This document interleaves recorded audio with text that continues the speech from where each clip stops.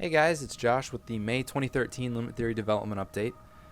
Unfortunately, I don't have quite as much as usual this month to show, but I'm going to chalk that up to the fact that for the first 2 weeks I was working exclusively on getting out a patch for the recently released prototype. So I've only really been working on new features this month for 2 weeks, but I do have some good graphical progress, some exciting stuff that I want to show. So first of all, check out the background nebulas that I'm showing right now. These are, as always, procedurally generated, but I had some serious breakthroughs this month with respect to the algorithms that are used to generate these nebulas, and personally I think they're way better than anything you've ever seen before in any LT footage, and I'm just really happy about this. Backgrounds are a super important part of the game to me. They're like my favorite thing ever in a space sim, and I am officially very happy with this quality.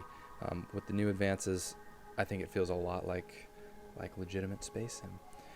And on top of the nebulas, the stars have gotten a lot better. The stars used to be really terrible. I don't know if you even noticed that we had stars, but might as well not have been stars because they were horrible. But now we have some real stars feeling much more like space.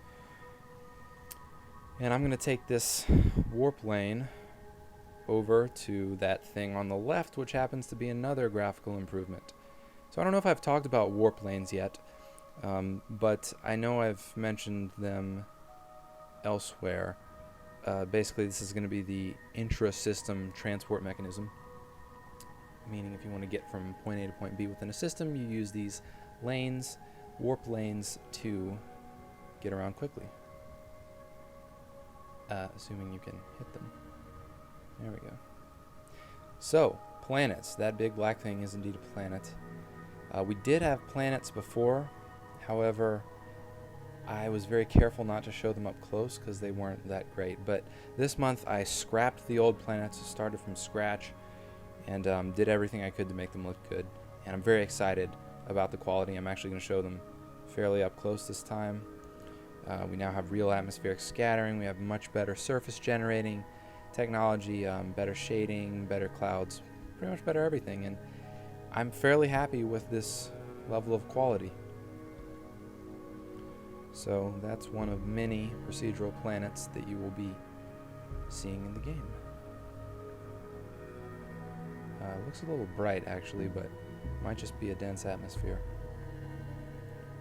You'll see lots of different types of planets, by the way, not just Earth-like. Haven't worked on gas giants yet, but I do look forward to that. And I apologize for the ship. You'll notice that the ship still has not really gotten any love, but honestly a ship is not my biggest priority because I'm much more a fan of backgrounds and planets and that kind of thing, but I will overhaul the ship algorithm someday, and they will look better, I promise. No more Lego ships. So for now I'm gonna make a pit stop at this station. I want to load up on a few weapons so I can demonstrate the new camera mode that came out with this latest prototype patch.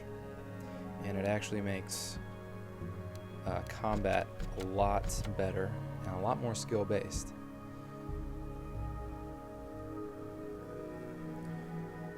Okay, so the new camera mode is called free camera mode. You can probably guess why. Previously, the camera was always locked to the ship, and I'm going to switch back to that mode now. This is what that looked like. Of course, this is the familiar mode, probably what you're used to. And as you can see, the camera is locked to the ship's orientation, but I'm going to unlock it now.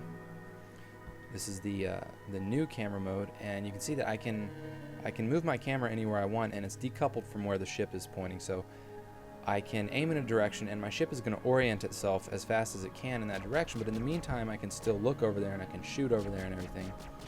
And it makes for a much more intuitive fighting experience, and in general allows you to do just a lot better maneuvering and a lot better firing. So I'm going to kind of demonstrate that. Doing my favorite thing, of course, shooting asteroids. Classic. I'll never stop doing that. But now you can see I'm rolling, I'm twisting and turning, and still tracking the asteroid with my turrets, and that's only possible because of this new camera mode. So for fighter combat, it's better. For large ship combat, it's finally working, because the previous scheme really doesn't even work with big ships because you can't you can't turn and aim. You know, if a fighter is attacking you, you couldn't aim fast enough because your ship couldn't turn. So yeah, the system's a lot better, and I'm very happy with it. And right now we are approaching some strange-looking space anomaly. This is actually a jump gate minus the gate part. This is kind of just a jump hole right now. There'll probably be a gate there in the future, but this is how you get between systems, and we can actually go between systems now. It's rough. Boom, I warned you it was rough. No animation or anything. Not yet, at least. But we're in a new system now, and this is demonstrating the fact that I actually worked on universe generation technology this month. So there's actually a structure now, and there's a system layout, regions and subregions and so on. There's not actually a full universe, not a full infinite universe yet, but that'll be the next step. I'm going to show you what we have so far. So this is my little development viewer. This is not what it will actually look like. It's just a mock-up, but for now it shows you the structure of the region that we're in. Of course, this is the system we're in right here, and you can see obviously the lines are representing connections by jump holes. And so the point to get from this is that the structure of regions in LT is interesting.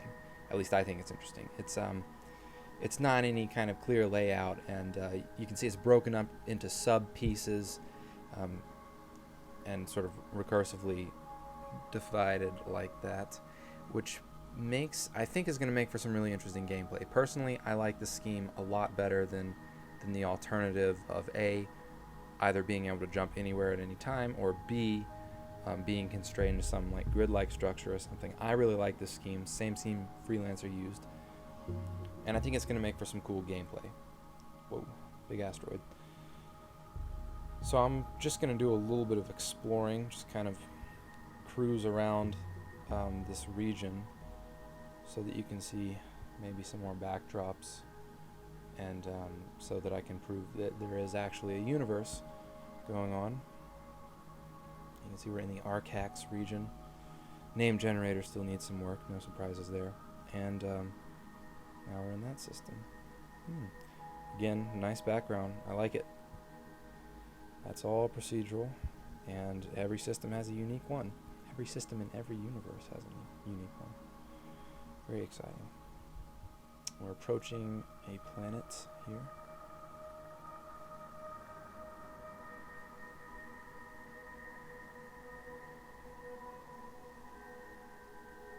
So one thing I didn't mention that I should have mentioned is that while your primary mode of transportation between systems is going to be jump gates and wormholes, there will also be jump drives, but I want them to be a very special thing, you know, so that you can't just break the connectivity of the region anytime you want for any reason without some very serious investment. So jump drives will be constrained to capital ships.